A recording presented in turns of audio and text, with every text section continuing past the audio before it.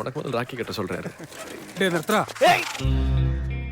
ஆர்த்தியோட பழகினா நீ என்ன பெரியவனா பந்தா விட்டு தெரியறியா?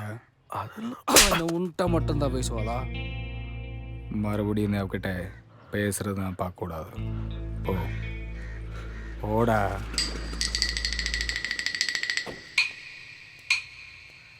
ஏய், ஒரு அடியாவது அவனை அடிக்கணும்டா. அவன் உடம்பு பார்த்துருக்கல்ல, உன்னை விட ஹைட்டு வேற, காலி ஆகிடும். போடா. அவனை அடிச்சுட்டு ஓடவும் முடியாது மச்சான். நம்மள்ட்ட சைக்கிள் தான் இருக்கு, அவன் யமஹா வச்சிருக்கான்.